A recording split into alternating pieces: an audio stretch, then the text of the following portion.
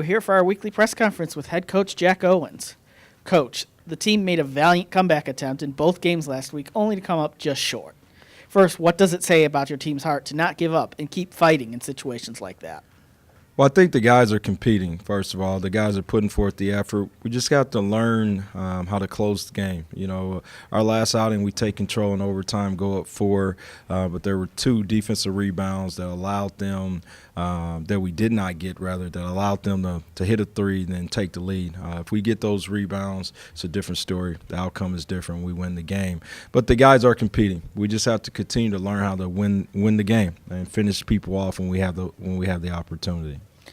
So what have you been telling the team about the way it starts games in order to try and avoid having to make that difficult comeback to begin with? Yeah, you know what? We dug ourselves a hole both games where, you know, for whatever reason we came out flat. Actually, both games we start out well. You know, the first 2 possessions we score or, you know, we have a lead there. But then after that, just some errors that allowed the other teams to score.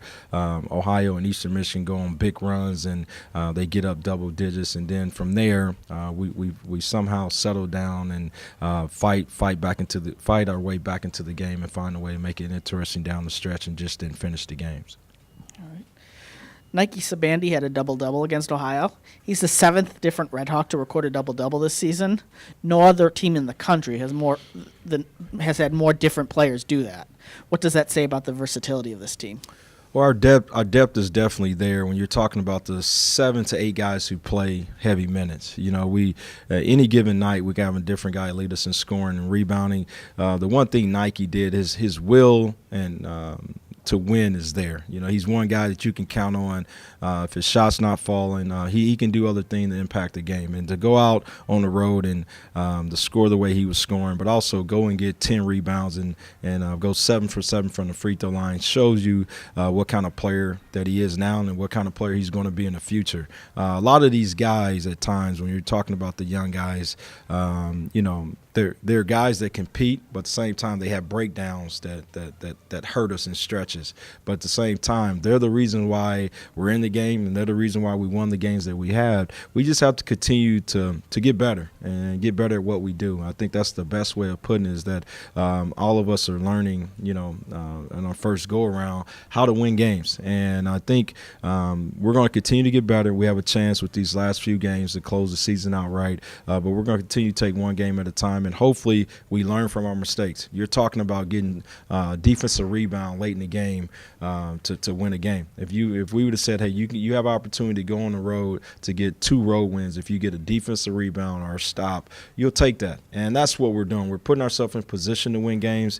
Now we just have to learn how to finish games off and execute down the stretch to have a different outcome of the games. All right. So finally at home again on Tuesday when Miami hosts Buffalo.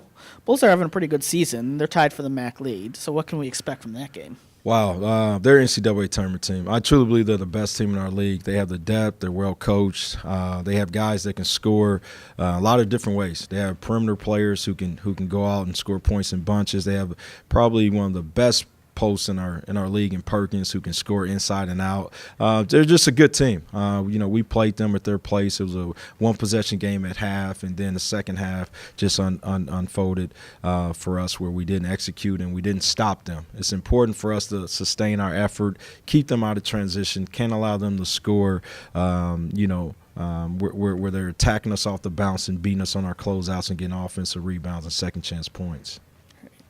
So with the final 2 weeks of the regular season, the Red Hawks are still in line for a MAC tournament game, or home game at least. Right. Is that the goal, or do you worry about each contest as it comes, and then you'll worry about the tournament when it's time for that? Yeah, we're focused on each game.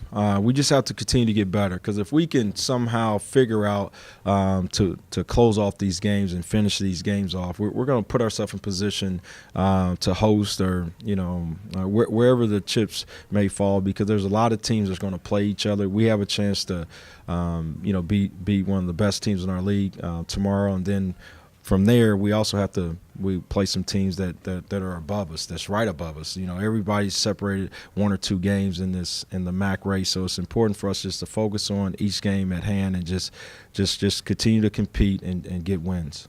All right. Thank you, Coach. All right, thanks. Yeah.